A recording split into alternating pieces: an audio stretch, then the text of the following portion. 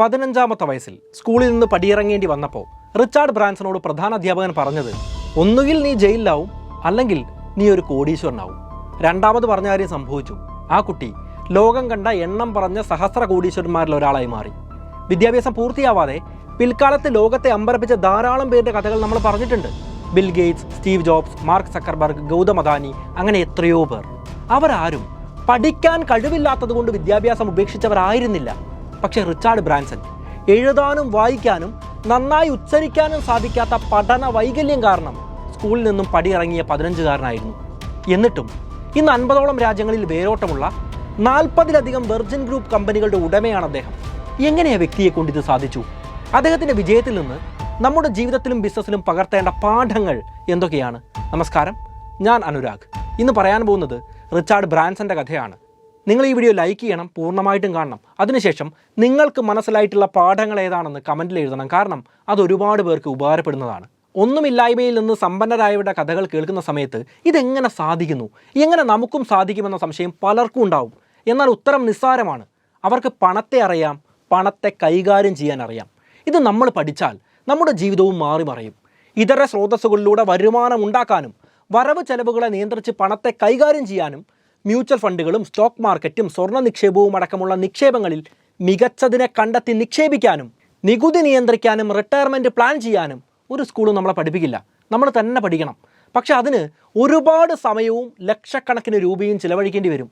എന്നാൽ മേൽപ്പറഞ്ഞ കാര്യങ്ങളെല്ലാം 12 അധ്യായങ്ങളിലൂടെ 10-ലധികം ഫൈനാൻഷ്യൽ ടൂളുകൾ നൽകിക്കൊണ്ട് 6 മണിക്കൂറിനുള്ളിൽ മലയാളത്തിൽ ഞാൻ പഠിപ്പിക്കുന്നുണ്ട്. ലിങ്ക് കമൻറ്റിൽ കൊടുക്കാം. ഇഷ്ടമുള്ള സമയത്ത് എവിടെ നിന്നും നിങ്ങൾക്ക് കണ്ടു പഠിക്കാവുന്ന റെക്കോർഡ് ചെയ്തു വെച്ച ക്ലാസ്സുകളാണ്. സംശയം വന്നാൽ കമൻ്റ് ഇടാനും ഓപ്ഷൻ ഉണ്ട്. ജീവിതം മാറി മറിയുന്ന ജീവിതകാലം മുഴുവൻ ആവശ്യമുള്ള അറിവുകളെല്ലാം 50% ഓഫറിൽ 2799 രൂപയ്ക്ക് ഇപ്പോൾ സബ്സ്ക്രൈബേഴ്സിന് വേണ്ടി ലഭ്യമാക്കിയിട്ടുണ്ട്. ലിങ്ക് എന്തായാലും കമൻറ്റിലുണ്ട്. വിദേശത്ത് നിന്ന് പേയ്മെൻറ്റ് നടത്തുന്നവർ ഫോണിലെ ലൊക്കേഷൻ ഓണാക്കാനൊന്ന് ശ്രദ്ധിക്കണം. എന്നെ വിശ്വസിക്കാം, ധൈര്യമായിട്ട് നിങ്ങൾക്ക് കോഴ്സിൽ ജോയിൻ ചെയ്യാം. നമുക്ക് നേരെ വീഡിയോയിലേക്ക് പോവാം.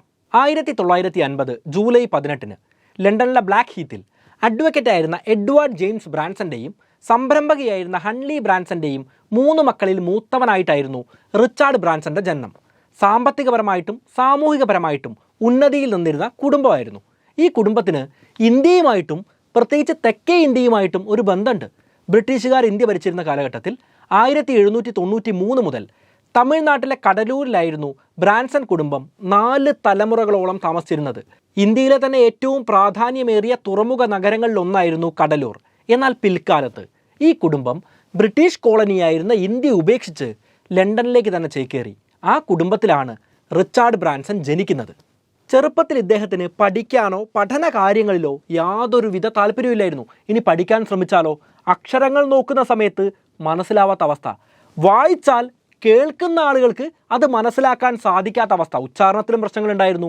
എഴുതാനാണെങ്കിൽ ഇദ്ദേഹം എഴുതുന്ന അക്ഷരങ്ങളെല്ലാം തെറ്റായിരുന്നു. കൃത്യമായിട്ട് എഴുതാനും അറിയില്ലായിരുന്നു. നമ്മൾ താരേ സമീപർ എന്ന് പറയുന്ന സിനിമ കണ്ട പല ആളുകളും ഉണ്ടാവും.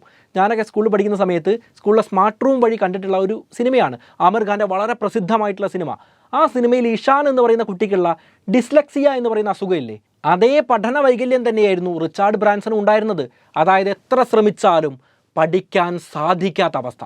പഠനത്തിൽ താല്പര്യമില്ലായിരുന്നുവെങ്കിലും പഠന വൈകല്യം ഉണ്ടായിരുന്നുവെങ്കിലും ഇദ്ദേഹത്തിന് പണം ഉണ്ടാക്കാൻ നല്ല ഇഷ്ടമായിരുന്നു. ചെറിയ കുട്ടി എങ്ങനെയാണ് പണം ഉണ്ടാക്കുക? നമ്മളിൽ പലരും പല വഴികളിലൂടെ ചെറുപ്പത്തിൽ പോക്കറ്റ് മണി ഉണ്ടാക്കിയിട്ടുണ്ടാവും. ഇദ്ദേഹം അതുപോലുള്ള മാർഗ്ഗങ്ങൾ സ്വീകരിക്കുകയാണ്. ലവ് ബേഡ്സിനെ മേടിക്കുന്നു, അതിനെ ബ്രീഡ് ചെയ്യുന്നു, കുട്ടികളെ ഉണ്ടാക്കുന്നു, വളർത്തുന്നു, വിൽക്കുന്നു, വലിയ രീതിയിൽ പണം സമ്പാദിക്കുന്നു. വലിയ രീതിയിൽ എന്ന് പറയുമ്പോൾ കുട്ടികൾക്ക് പോക്കറ്റ് മണിയായി കിട്ടാവുന്ന രീതിയിൽ നല്ല രീതിയിൽ ഇദ്ദേഹം സമ്പാദിക്കുന്നു. ക്രിസ്മസ് ഒക്കെ വരുന്ന സമയത്ത് ധാരാളം ആളുകൾ പണം സ്പെൻഡ് ചെയ്യുന്നതാണ്. മാതാപിതാക്കളോട് ചോദിച്ച് പണം മേടിച്ച കുട്ടികളും അത് ഉപയോഗിക്കുന്നതാണ്. എന്നാൽ ഇദ്ദേഹം ചെയ്തത് ക്രിസ്മസ് ട്രീ എല്ലാം നന്നായി അലങ്കരിച്ച് അത് വിൽപ്പന നടത്തി പണം ഉണ്ടാക്കുക എന്ന കാര്യമായിരുന്നു. സ്വാഭാവികമായിട്ടും ഇതെല്ലാം ആദ്യ തവണ ചെയ്യുന്ന സമയത്ത് ധാരാളം പിഴവുകളുണ്ടാവും, പരാജയങ്ങളുണ്ടാവും. എന്നാൽ ഓരോ പരാജയത്തിൽ നിന്നും കൃത്യമായ പാഠങ്ങൾ ഉൾക്കൊണ്ട് ഇദ്ദേഹം പണം സമ്പാദിക്കാൻ വേണ്ടി തുടങ്ങുകയാണ്. പക്ഷേ വയസ്സ് 15 ആയിരിക്കുന്നു. ഇപ്പോഴും വ്യക്തമായിട്ട് എഴുതാനോ വായിക്കാനോ പഠിക്കാനോ നന്നായി ഉച്ചരിക്കാനോ പോലും സാധിക്കുന്നില്ല. എന്തിനാണ് എൻ്റെ നല്ല കാലം ഞാൻ സ്കൂളിൽ പോയി കളയുന്നത്? എങ്ങനെ പഠിച്ചാലും എനിക്ക് വിജയിക്കാൻ പറ്റില്ല. പിന്നെ എന്തിനാണ് ഇത്രയും സമയം കളയുന്നത്? അദ്ദേഹം അന്നൊരു തീരുമാനം എടുക്കുകയാണ്. ഇനി സ്കൂളിൽ പോകുന്നില്ല. മാതാപിതാക്കളോടും ഈ കാര്യം പറയുന്നു. എന്നാൽ മാതാപിതാക്കൾ ഈ കുട്ടിയുടെ കൂടെ നിൽക്കുകയാണ്. അടിച്ച് വീണ്ടും സ്കൂളിൽ പോകണം എന്ന കാര്യം പറയല്ലായിരുന്നു, ഈ കുട്ടിയുടെ കൂടെ തന്നെ നിൽക്കുന്നു. അങ്ങനെ ഈ കാര്യം റിച്ചാർഡ് ബ്രാൻസൺ ഹെഡ് മാസ്റ്ററെ അറിയുകയാണ്. ഹെഡ് മാസ്റ്റർ അന്ന് പറഞ്ഞത്, ഒന്നുകിൽ നീ ജയിലിൽ പോയി അവസാനിക്കും, അല്ലെങ്കിൽ നീ വലിയൊരു കോടീശ്വരനായിട്ട് മാറും. ഞാൻ തുടക്കത്തിൽ പറഞ്ഞതുപോലെ രണ്ടാമത് പറഞ്ഞ കാര്യമാണ് സംഭവിക്കുന്നത്. അദ്ദേഹം ലോകത്തിലെ തന്നെ എണ്ണം പറഞ്ഞ സഹസ്ര കോടീശ്വരന്മാരിൽ ഒരാളായി മാറി. എനിക്കിവിടെ മനസ്സിലാക്കാൻ പറ്റിയൊരു കാര്യം ഞാൻ പറയാം, നിങ്ങൾക്ക് മനസ്സിലാക്കാൻ പറ്റിയ കാര്യം കമൻറ്റിൽ എഴുതാം. അതായത് പറ്റാത്തൊരു കാര്യം ഒരുപാട് സമയവും ഒരുപാട് അധ്വാനവും കൊടുത്ത് ചെയ്തിട്ട് കാര്യമല്ല. ഇത് പറ്റില്ല എന്ന് തോന്നിയാൽ നിർത്തുന്നതിൽ യാതൊരു തെറ്റുമില്ല, ക്വിറ്റ് ചെയ്യുന്നതിൽ യാതൊരു തെറ്റുമില്ല. ചില ആളുകൾ വീണ്ടും വീണ്ടും പണം ചെലവഴിച്ച് ഒരിക്കലും വർക്കാവാത്ത ബിസിനസ്സും കൊണ്ട് നടക്കുന്നത് കാണാം. അത് അവരെ ആത്യന്തികമായി നശിപ്പിക്കുക മാത്രമാണ് ചെയ്യുന്നത്. നല്ല സമയം, ബുദ്ധി ഉപയോഗിച്ച് മറ്റ് ബിസിനസ്സുകൾ ചെയ്യേണ്ട സമയമെല്ലാം അവരവിടെ നശിപ്പിക്കുകയാണ്. എന്നാൽ റിച്ചാർഡ് ബ്രാൻസന് കൃത്യമായിട്ട് അറിയാം, പഠിച്ചിട്ട് കാര്യമില്ല, അതുകൊണ്ട് ഇത് ഒഴിവാക്കുക, വേറെ പരിപാടി എടുക്കുക, ഇതേ കാര്യം ചെയ്യാവുന്നതല്ലേ ഉള്ളൂ. ചില ആളുകൾക്ക് ഫസ്റ്റ് ഇയർ ബിടെക്കിന് ചേരുന്ന സമയത്ത് തന്നെ അറിയാം, ഇതെന്തായാലും എന്നെക്കൊണ്ട് പാസ്സാവാൻ പറ്റില്ല, ഇത്രയും കഷ്ടപ്പെട്ട് പഠിച്ചാലും ഞാൻ പാസ്സാവില്ല. അത് തിരിച്ചറിയുന്ന സമയത്ത് നമ്മൾ കഠിനമായിട്ടൊന്ന് പരിശ്രമിച്ച് നോക്കുക, പറ്റില്ല എന്ന് തോന്നിയാൽ ഒഴിവാക്കി വേറെ കോഴ്സിന് പോയി ചേരുക. ഒരുപാട് ആളുകളാണ് കഷ്ടപ്പെട്ട് 4 വർഷം പഠിച്ച് ഡിഗ്രി സർട്ടിഫിക്കറ്റ് ഇല്ലാതെ പുറത്തേക്ക് വരുന്നത്. എന്തിനാണ് വിലപ്പെട്ട 4 വർഷങ്ങൾ ഇങ്ങനെ നശിപ്പിക്കുന്നത്? ഈ ഒരു കാര്യമാണ് എനിക്ക് ഈ സംഭവവുമായിട്ട് ചേർത്ത് വെച്ച് പെട്ടെന്ന് ഓർത്തെടുക്കാൻ പറ്റിയത്. എന്താണെങ്കിലും വിഷയത്തിലേക്ക് തിരിച്ചു വന്നാൽ, സ്കൂളിൽ നിന്ന് പുറത്തു വന്ന് റിച്ചാർഡ് ബ്രാൻസൺ ചെയ്തത് വെറുതെ ഇരിക്കുക എന്നുള്ള കാര്യമല്ലായിരുന്നു. അദ്ദേഹത്തിന് കൃത്യമായിട്ട് എന്താണ് ചെയ്യുക എന്നതിനെ പറ്റി ധാരണയുണ്ടായിരുന്നു.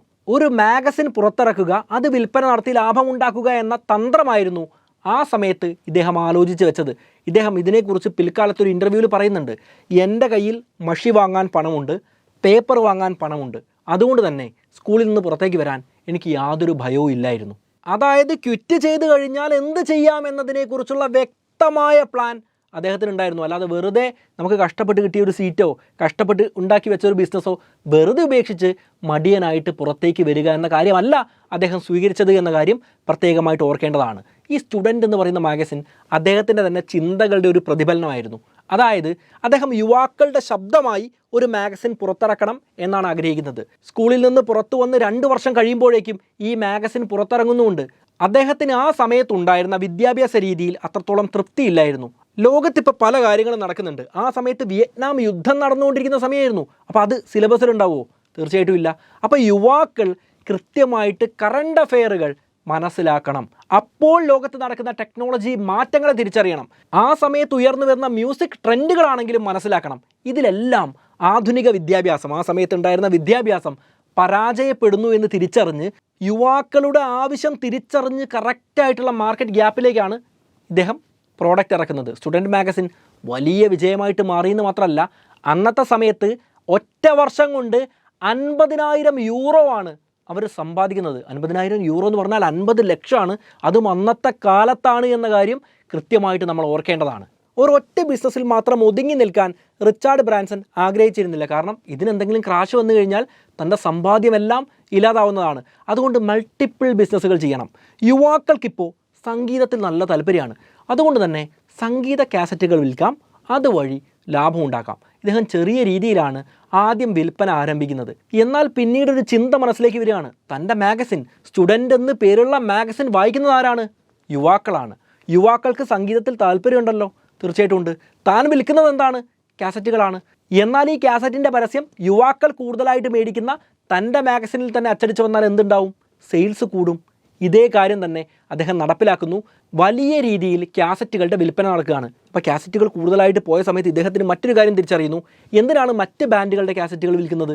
സ്വന്തമായിട്ട് ഒരു മ്യൂസിക് കമ്പനി ഉണ്ടാക്കിയാൽ എന്താണ് കുഴപ്പം?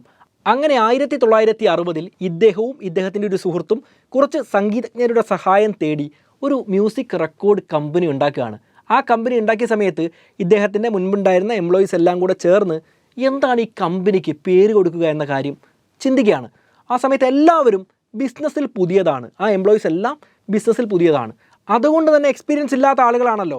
വെർജിൻ റെക്കോർഡ് എന്ന് ആ കമ്പനിക്ക് പേര് കൊടുക്കാം എന്ന് തീരുമാനിക്കുന്നു. വെർജിൻ എന്ന പേരിൻ്റെ തുടക്കം അവിടെ നിന്നാണ് ആരംഭിക്കുന്നത്. ഒരുപാട് ബിസിനസ്സുകൾ തുടങ്ങിയത് കൊണ്ട് കാര്യമുണ്ടോ? പണമുണ്ടെങ്കിൽ ആർക്കും എത്ര ബിസിനസ് വേണമെങ്കിലും തുടങ്ങാം.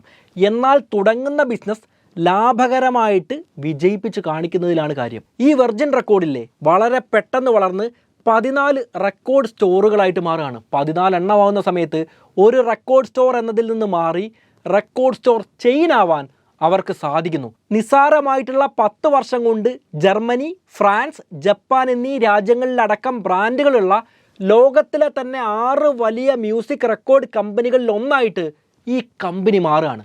ഇതിനിടയിൽ പ്രതിസന്ധി ഇല്ല എന്ന് നമ്മൾ കരുതരുത്. ബെൽജിയത്തിൽ നിന്ന് ഒരിക്കൽ വലിയൊരു ഓർഡർ കിട്ടിയ സമയത്ത് ഇദ്ദേഹം തന്നെ കുറേ അധികം കാസറ്റുകളുമായിട്ട് ബെൽജിയത്തിലേക്ക് പോകുന്നുണ്ട്. എന്നാൽ യാത്രാമധ്യേ ഫ്രഞ്ച് പോലീസ് ഇവരെ കസ്റ്റഡിയിലെടുക്കുകയാണ്. കസ്റ്റഡിയിലെടുത്തതിൻ്റെ കാരണം വേറെ ഒന്നുമല്ലായിരുന്നു, പർച്ചേസ് ടാക്സ് ഇതിന് അടച്ചിട്ടില്ലായിരുന്നു. അതുകൊണ്ട് തന്നെ വലിയ പിഴ ഇദ്ദേഹത്തിന് ഒടുക്കേണ്ടി വന്നു എന്ന് മാത്രമല്ല, ഇദ്ദേഹത്തിൻ്റെ എല്ലാ സ്ഥാപനങ്ങളിലും റെയ്ഡ് നടക്കുകയാണ്. നമുക്കറിയാം, എന്തെങ്കിലും ഒരു കള്ളത്തരം കാണിച്ചാൽ, പ്രത്യേകിച്ച് നികുതി വെട്ടിപ്പ് നടത്തിക്കഴിഞ്ഞാൽ അദ്ദേഹത്തിൻ്റെ ബാക്കി സ്ഥാപനങ്ങളും നോട്ട് ചെയ്യപ്പെടും. അത്തരത്തിൽ വലിയ റെയ്ഡുകൾ നടക്കുന്നു. അദ്ദേഹം പിഴയടച്ച് മെല്ലെ കേസിൽ നിന്ന് ഊരുകയായിരുന്നു. അതിനുശേഷം അദ്ദേഹം പറഞ്ഞൊരു കാര്യമുണ്ട്, തെറ്റ് ആർക്കും സംഭവിക്കാം, എന്നാൽ ഒരു വട്ടം സംഭവിച്ച തെറ്റ് ആവർത്തിക്കാത്തതിലാണ് കാര്യം. ഒരു തെറ്റ് സംഭവിക്കാം, ആർക്കും സംഭവിക്കാം. എന്നാൽ ആ തെറ്റ് വീണ്ടും ആവർത്തിച്ചാൽ അവർക്കൊരിക്കലും വിജയിക്കാൻ സാധിക്കുന്നതല്ല.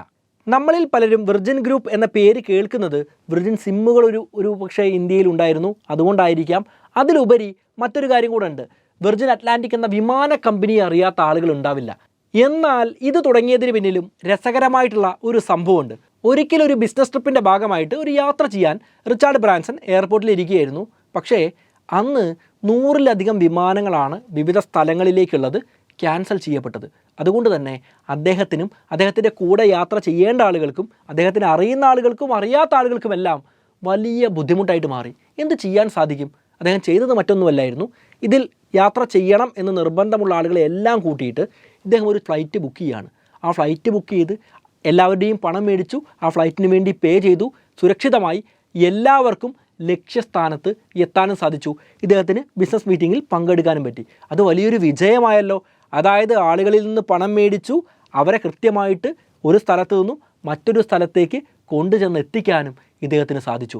എന്നാൽ പിന്നെ ഒരു വിമാന കമ്പനി തുടങ്ങിയാൽ എങ്ങനെ ഉണ്ടാവും എന്ന ചിന്തയാണ് പിൽക്കാലത്ത് വിർജിൻ അറ്റ്ലാന്റിക് എന്ന വിമാന കമ്പനിയുടെ ജനനത്തിന് കാരണമായത്. ഒരു കാര്യം ശ്രദ്ധിക്കണം, ഒരു ബിസിനസ്സുകാരൻ, ഒരു സംരംഭകൻ എപ്പോഴും ഒരു ബിസിനസ്സുകാരനും ഒരു സംരംഭകനുമാണ്. അവൻ ഉറങ്ങുന്ന സമയത്താണെങ്കിലും നടക്കുന്ന സമയത്താണെങ്കിലും എവിടേക്കെങ്കിലും നോക്കുന്ന സമയത്താണെങ്കിലും ബിസിനസ് ഉണ്ടോ എന്ന് അവൻ എപ്പോഴും ശ്രദ്ധിക്കണം. അവിടെ തനിക്ക് വിജയിക്കാൻ സാധിക്കുമോ എന്നും മനസ്സിൽ ആലോചിച്ചുകൊണ്ടേയിരിക്കണം. ഈ കാര്യം കൃത്യമായിട്ട് റിച്ചാർഡ് ബ്രാൻസൺ തൻ്റെ ജീവിതത്തിൽ പകർത്തിയിരുന്നു. അതുകൊണ്ട് തന്നെയാണ് ചെറിയൊരു സംഭവം ഒരു വലിയ വിമാന കമ്പനിയാക്കി മാറ്റാൻ അദ്ദേഹത്തെ കൊണ്ട് സാധിച്ചത്. തുടക്കത്തിൽ പറഞ്ഞതുപോലെ 15-ാമത്തെ വയസ്സിൽ സ്കൂൾ ഉപേക്ഷിച്ച് പുറത്തേക്ക് വന്ന കുട്ടി പതിയെ ജോലി ചെയ്ത് അധ്വാനിച്ച് കഷ്ടപ്പെട്ട് 50-ലധികം രാജ്യങ്ങളിൽ 40-ലധികം കമ്പനികൾ ഇപ്പോൾ നടത്തിക്കൊണ്ടിരിക്കുകയാണ്. ഒരുപക്ഷെ വിർജിൻ ഗ്രൂപ്പ് എന്ന പേര് മറ്റൊരു സ്ഥലത്തും നമ്മൾ കേട്ടിരിക്കാൻ സാധ്യതയുണ്ട്. നമ്മുടെ സന്തോഷ് ജോർജ് കുളങ്ങരയില്ലേ, അദ്ദേഹം സ്പേസ് യാത്ര നടത്താൻ തിരഞ്ഞെടുത്തിട്ടുള്ളത് ഈ കമ്പനിയാണ്. വെർജിൻ ഗാലക്റ്റിക്കിൻ്റെ ബഹിരാകാശ വാഹനത്തിലാണ് അദ്ദേഹം ബഹിരാകാശ യാത്ര നടത്താൻ വേണ്ടി പോകുന്നത്. ഇന്ന് റിച്ചാർഡ് ബ്രാൻസൻ്റെ ആസ്തി നമുക്ക് മനസ്സിലാവുന്നതുപോലെ പറഞ്ഞാൽ നമ്മുടെ MA യൂസഫ് അലി സാറില്ലേ, അദ്ദേഹത്തിൻ്റെ ആസ്തിയോളമാണ്. ഏതാണ്ട് ആ ഒരു റേഞ്ചിലാണ്. $4 ബില്യൺ അദ്ദേഹത്തിന് ആസ്തിയായിട്ടുള്ളത്. ഫോബ്സിൻ്റെ കണക്ക് പ്രകാരമാണ് ഈ കാര്യങ്ങൾ പറയുന്നത്. റിച്ചാർഡ് ബ്രാൻസൺ ദൈവത്തിൽ വിശ്വസിക്കാത്ത ഒരാളാണ്. അതുപോലെ LGBTQ കമ്മ്യൂണിറ്റിയെ വലിയ രീതിയിൽ സപ്പോർട്ട് ചെയ്യുന്ന ഒരാളാണ്. അദ്ദേഹം തന്നെ എയർ ഹോസ്റ്റസിൻ്റെ വേഷമെല്ലാം ഇട്ടുകൊണ്ട് വലിയ രീതിയിൽ ക്യാമ്പയിൻ നടത്തിയതും ഈ അടുത്ത് വലിയ വാർത്തകളായിരുന്നു. അതെല്ലാം അദ്ദേഹത്തിൻ്റെ രാഷ്ട്രീയവും താല്പര്യവുമാണ്. എന്നാൽ എന്താണ് റിച്ചാർഡ് ബ്രാൻസൻ്റെ വിജയത്തിൻ്റെ യഥാർത്ഥ കാരണമെന്ന് അദ്ദേഹത്തോട് തന്നെ ചോദിച്ച സമയത്ത് അദ്ദേഹം പറഞ്ഞിട്ടുള്ളത് 3 കാര്യങ്ങളാണ്. 1 ഭാഗ്യം, രണ്ടാമത്തേത് വേഗത്തിൽ കാര്യങ്ങൾ ചെയ്തു തീർക്കാൻ സാധിച്ചതുകൊണ്ട്, 3 വീക്കെൻഡുകളിലും രാത്രിയും അടക്കം നടത്തിയ കഠിന പരിശ്രമം കൊണ്ട്. ഈ കഠിന പരിശ്രമം വേഗത്തിൽ കാര്യങ്ങൾ ചെയ്തു തീർക്കാൻ അദ്ദേഹത്തിന് സാധിച്ചത് ഭാഗ്യം എന്നീ 3 കാര്യങ്ങൾ ഒരാളുടെ മുന്നിലേക്ക് വെച്ച് കഴിഞ്ഞാൽ ആദ്യം കേൾക്കുന്നതെന്നറിയോ? ഭാഗ്യമുള്ളതുകൊണ്ടാണ് അദ്ദേഹമൊക്കെ വിജയിച്ചത്. എനിക്ക് ഭാഗ്യം ഇല്ലാതായിപ്പോയി, അതുകൊണ്ടാണ് ഞാൻ വിജയിക്കാതിരുന്നത്. എന്നാൽ ഭാഗ്യം കൊണ്ട് മാത്രം ഒരാൾക്കും വിജയിക്കാൻ സാധിക്കില്ല എന്ന കാര്യം നമുക്ക് ഉറപ്പിച്ച് പറയാം. കൃത്യമായിട്ട് പഠിക്കേണ്ട കാര്യങ്ങൾ പഠിക്കണം, അറിയേണ്ട കാര്യങ്ങൾ അറിയണം, അധ്വാനിക്കേണ്ട സമയത്ത് കൃത്യമായിട്ട് അധ്വാനിക്കണം. എങ്ങനെയെങ്കിലും ഒരുപാട് കഷ്ടപ്പെട്ടിട്ട് കാര്യമില്ല. നല്ല രീതിയിൽ ഓടാൻ സാധിക്കണമെങ്കിൽ പ്രോപ്പർ ട്രെയിനിങ് വേണം, പ്രോപ്പർ പ്രാക്ടീസ് വേണം. അതുപോലെയാണ് നമ്മുടെ ജീവിതത്തിലെ പല കാര്യങ്ങളും. പ്രോപ്പറായിട്ട് ട്രെയിനിങ് കിട്ടിയാൽ മാത്രമേ നമുക്ക് വിജയിക്കാൻ വേണ്ടി സാധിക്കൂ. പക്ഷേ ആ ട്രെയിനിങ്ങിന് പോകണോ, ട്രെയിനിങ് എടുക്കണോ, ഞാൻ പഠിക്കണോ, ഞാൻ അറിവുള്ള ആളായി മാറണോ എന്നുള്ളതെല്ലാം നമ്മുടെ വിവേചനാധികാരമാണ്. ആർക്കും നമ്മളെ നിർബന്ധിച്ച് ആ കാര്യങ്ങൾ ചെയ്യിക്കാൻ സാധിക്കില്ല. നമ്മളെല്ലാവരും സ്ട്രോങ് ആണ്. നമ്മളെ അങ്ങനെ മാനിപ്പുലേറ്റ് ചെയ്യാനൊന്നും ഒരാൾക്ക് സാധിക്കില്ല എന്ന കാര്യം നമുക്ക് എല്ലാവർക്കും അറിയാം. പക്ഷേ പഠിക്കാൻ വേണ്ടിയും അറിയാൻ വേണ്ടിയും ജീവിതത്തിൽ ചെറിയ ചെറിയ മാറ്റങ്ങൾ ഉണ്ടാക്കാൻ വേണ്ടിയും നമ്മൾ ഓരോരുത്തരും തയ്യാറാവണം. പുതിയൊരു വർഷം വരാൻ വേണ്ടി പോവുകയാണ്. ആ വർഷം എല്ലാവർക്കും നല്ലൊരു വർഷമായിരിക്കട്ടെ എന്ന് ഞാൻ ആശംസിക്കുകയാണ്. എന്താണെങ്കിലും ഇന്ന് പറഞ്ഞിട്ടുള്ള കാര്യങ്ങൾ നിങ്ങൾക്ക് വ്യക്തമായിട്ട് മനസ്സിലായിട്ടുണ്ടാവും എന്ന് ഞാൻ വിശ്വസിക്കുന്നു. പിന്നെ ഞാൻ വീഡിയോയുടെ തുടക്കത്തിൽ പറഞ്ഞതുപോലെ സമ്പത്ത് ഉണ്ടാക്കാനും നിക്ഷേപിക്കാനും കൈകാര്യം ചെയ്യാനും ടാക്സ് പ്ലാൻ ചെയ്യാനും റിട്ടയർമെൻറ്റ് പ്ലാൻ ചെയ്യാനും എല്ലാം അടക്കം സമഗ്രമായിട്ട് പഠിപ്പിക്കുന്ന പേഴ്സണൽ ഫൈനാൻസ് മാസ്റ്റർ ക്ലാസ്സിന് ഇപ്പോൾ 2799 രൂപയാണ് ചാർജ് ചെയ്യുന്നത്. ജീവിതകാലം മുഴുവൻ വേണ്ട അറിവുകൾക്ക് വേണ്ടി ഒറ്റത്തവണ ചെറിയൊരു പണം ചെലവഴിക്കുന്നത് വലിയ കാര്യമായിട്ട് കാണേണ്ടതില്ല. പറ്റുന്നവരെല്ലാം ഇപ്പം തന്നെ ജോയിൻ ചെയ്തോളൂ. എന്നിട്ട് കൃത്യമായിട്ട് പഠിക്കൂ. ഉടൻ തന്നെ അത് ജീവിതത്തിൽ പ്രാവർത്തികമാക്കൂ. നമുക്കെന്തായാലും മറ്റൊരു നല്ല വിഷയവുമായിട്ട് വീണ്ടും കണ്ടുമുട്ടാം. It's me Anurag signing off.